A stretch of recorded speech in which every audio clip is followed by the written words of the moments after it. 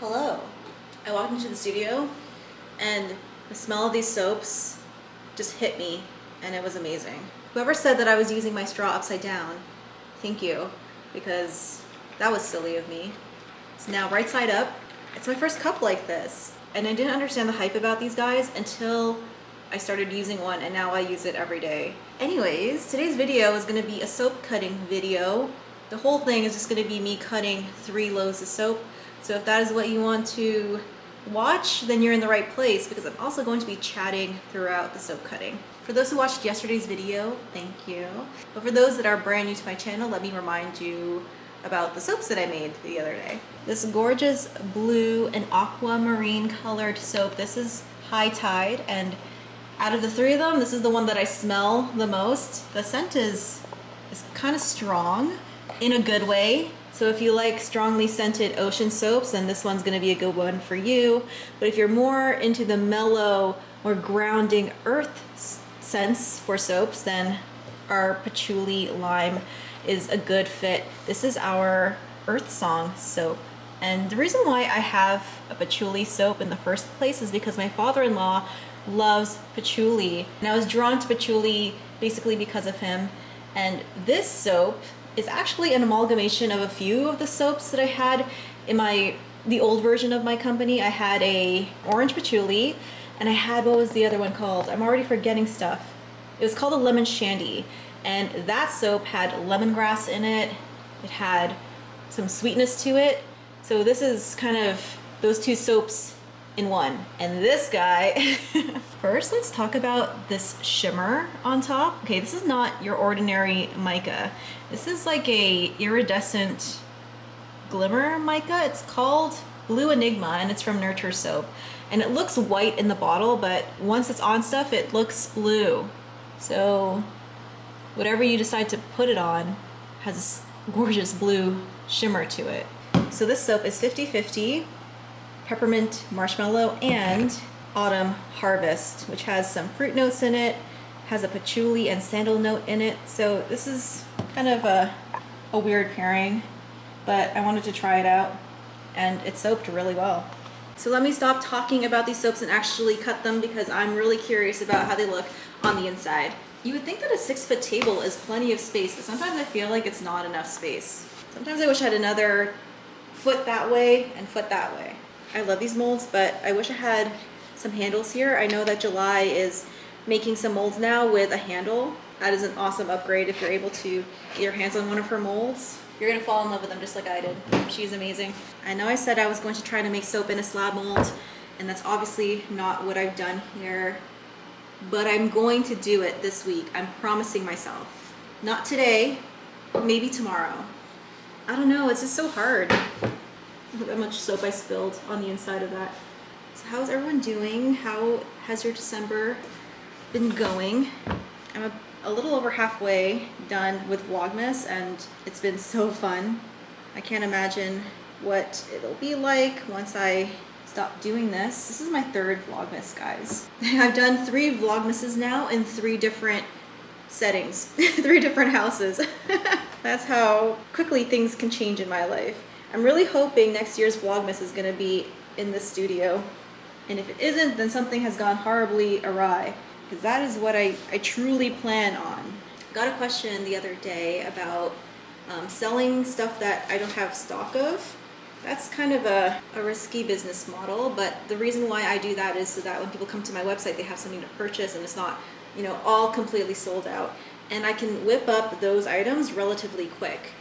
I don't do that for soap, because soap takes some time to cure, and I've also gotten questions about that, but by the time I cut this and post it and then ship it, the cure time that these soaps need will have passed, and by the time it gets to the customer, it's perfectly fine to use and it's fully cured based on my tests that I've done. And if you want more information on that, you can watch Joanna's channel, The Soap Gal, where she talks about using water discounts and different ways you can shorten that cure time of your soaps. I'm just pulling the sides away from the soap bar. Look how nice that is. Sometimes these soaps slide right out, and sometimes they take just a little bit longer. Here is my High Tide soap. It smells so good. All right, I'm gonna go grab my cutter. I'm gonna take all the soaps out of their molds first before I cut. Next up is my orange patchouli earth song soap. And the colors I chose for this soap, I wanted to have kind of a hippie vibe, like a 70s vibe to it. So I picked some hippie, typically hippie colors like pink, orange, green, which actually work really well with the scent notes of the soap bar, because there's lime, like I said, in here. There's lemongrass, patchouli. There's even a hint of ginger in here, which I really like. I've never had a ginger soap, but ginger is a really, really gorgeous scent. Very energizing and uplifting, and it goes really well with lime and patchouli. So here it is. Beautiful soap. There we go. Beautiful. This is such a beautiful soap. Oh, and it smells so good. Okay, that's two soaps. Now for the last one. Soap number 3. I was also asked about buying things in bulk, how expensive that can be. And the person asked how I did that, how I started to do that. And the truth is, I didn't do that starting out for a while. Cup is just in your view there. I bought things in really small amounts for a long time until I had regular sales coming in, and I was able to take the revenue from my business and reinvest it back into my business. I basically needed proof that there is a justification for buying this much ingredients, because it's not just about the quantity of ingredients and the discount you can get, but it's also a matter of whether or not you have the space to store these ingredients. And I didn't at the time. I was living in a smaller home, and there was barely a basement. It was like a half basement. It might have been a third basement. It was very, very spooky.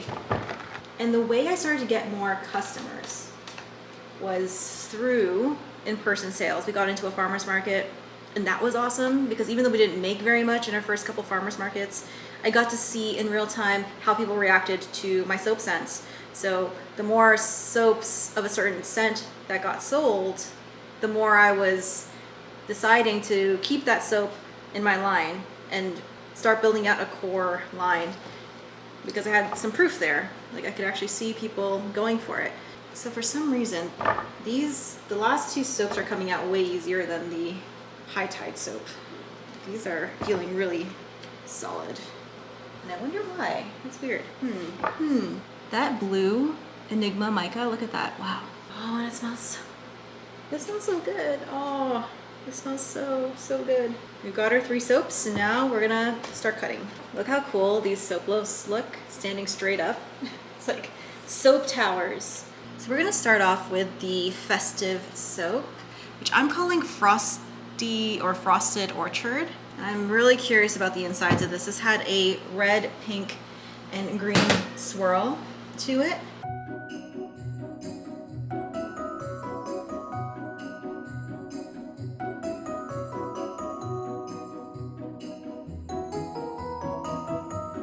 Ooh, it's always a workout.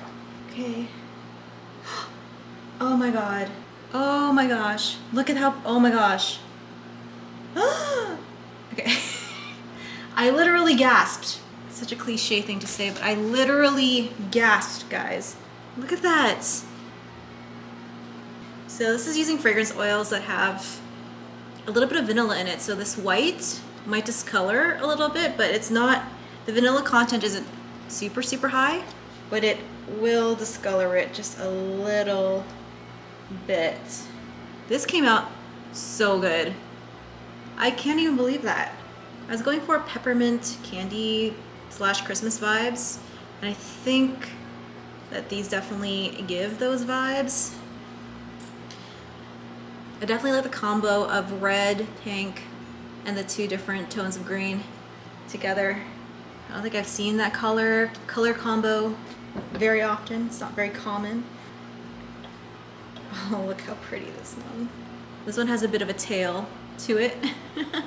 Look, it's like a butterfly swirl. I mentioned in yesterday's video the swirl that I was using was a modified lunar swirl.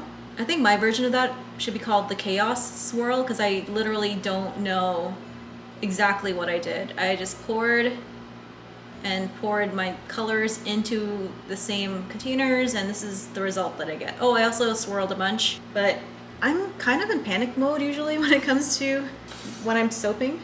So I don't know, a lot of the times it just goes by so fast. I'm just wanting to get the soap in the mold.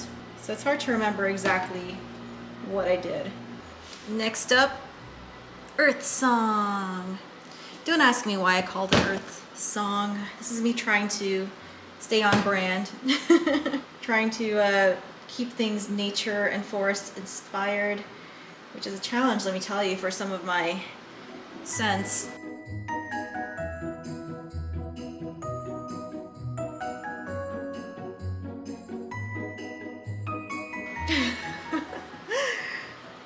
I have to go down low for that. Oh, this is gorgeous. It smells so good. Let me know in the comments if these colors give you hippie vibes. So I feel like they do for me. This soap batter was just a little bit runnier than what I prefer, my preference when it comes to swirls and soap, but it still turned out amazing.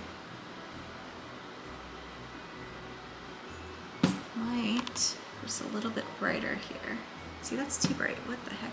There you go. That's better. Right now I'm wearing my hemp cream scented in Earth Song, and it smells so good. Patchouli is very, very polarizing. Some people love it, some people hate it, and I'm on the patchouli fan bus. I love it. It can smell a little smoky, and I think that's why people don't like it. It's a little deep. It's very, very earthy. But when you pair that with something super brightening like lime or orange and lemongrass, it's like a beautiful, harmonious combination. It's like meant to be. I have a friend though who hates patchouli. She can't stand it. Like, she has a very sensitive nose. It's kind of like cilantro. Some people hate cilantro and some people are diehards for cilantro. I love cilantro. Give me all the cilantro, please. I make a soup that has a lot of cilantro in it, and it's amazing. Now we're gonna do the chub. That's what I like to call this guy. Little soap chub. Also making sure that this lines up with the wires properly. Gorgeous.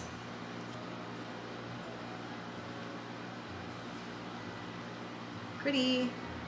And the last Earth Song bars. I'm going to flip this tray around so that I can put my other soaps on the other side. Okay. Last but not least, High Tide. The one that I'm most excited about cutting into.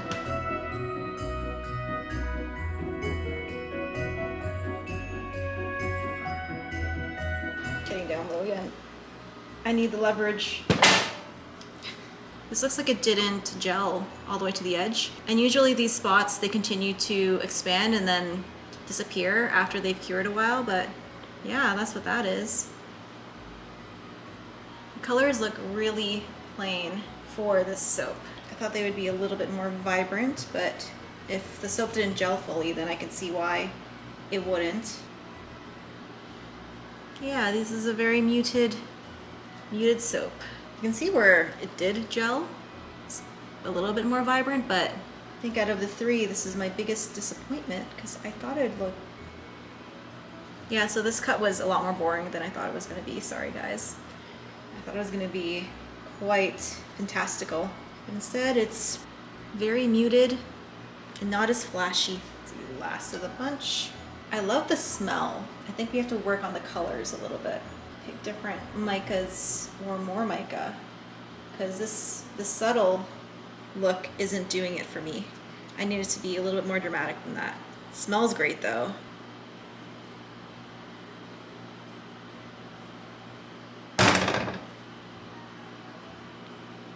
See where the brown is there? I think that was one of the blues that I used. And I think yesterday I said that I was suspicious of the blue color. Yeah, it turned into a brown. These are the best 2 bars of the bunch.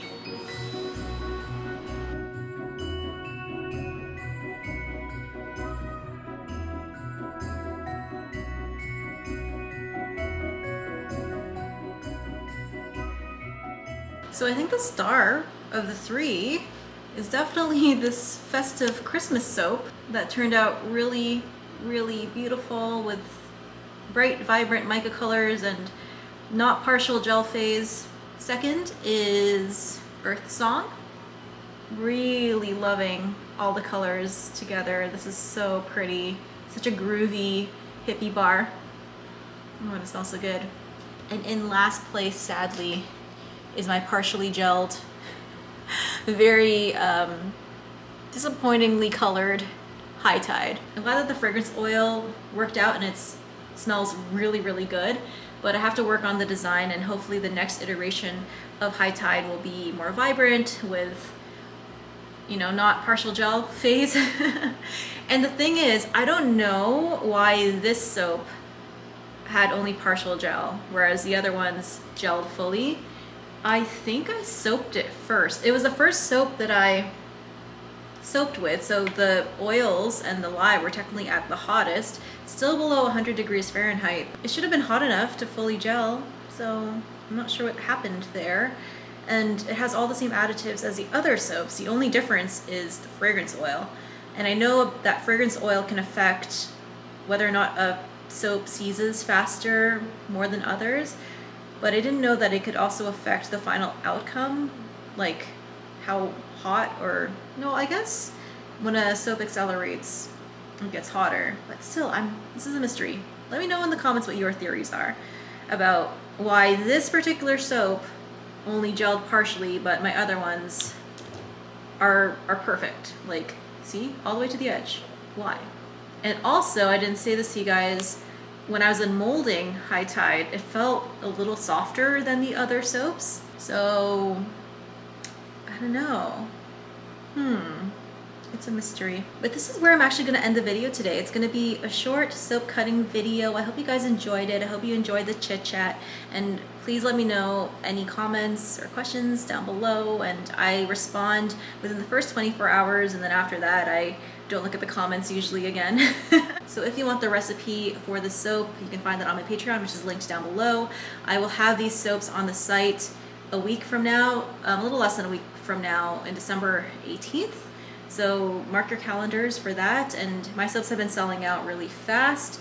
So if you really want to get your hands on a bar, then keep an eye out for that. I'll probably announce it in a video that I release on the 18th of December. And for this fun guy, this festive soap, this is going to my Golden Bubble patrons, and you can find out more information down below when you go to my Patreon, but they get a free gift from me. Well, free because of their patronage. And it's usually a soap. It has been a soap the past couple of months because that's kind of what I'm known for, are my soaps. It's usually soap and a second item. And speaking of my patrons, thank you to all of you guys, especially my Bubble BFFs, these guys whose name I think over here, or it could be over there, but you guys are awesome. Thank you so much for your support and for your kind words and your encouragement. I really, really appreciate each and every one of you guys. And also to everyone who's been watching my Vlogmas videos. You guys are so sweet and your comments make me smile. And yeah, I'm just so glad you're enjoying these. We have a few more days left until Christmas. Almost a week and a half until Christmas, or is it 2 weeks? Yeah, almost 2 weeks until Christmas. Wow, time is flying by. So until then, keep smiling, keep being awesome, and I'll see you in the next one. Bye guys.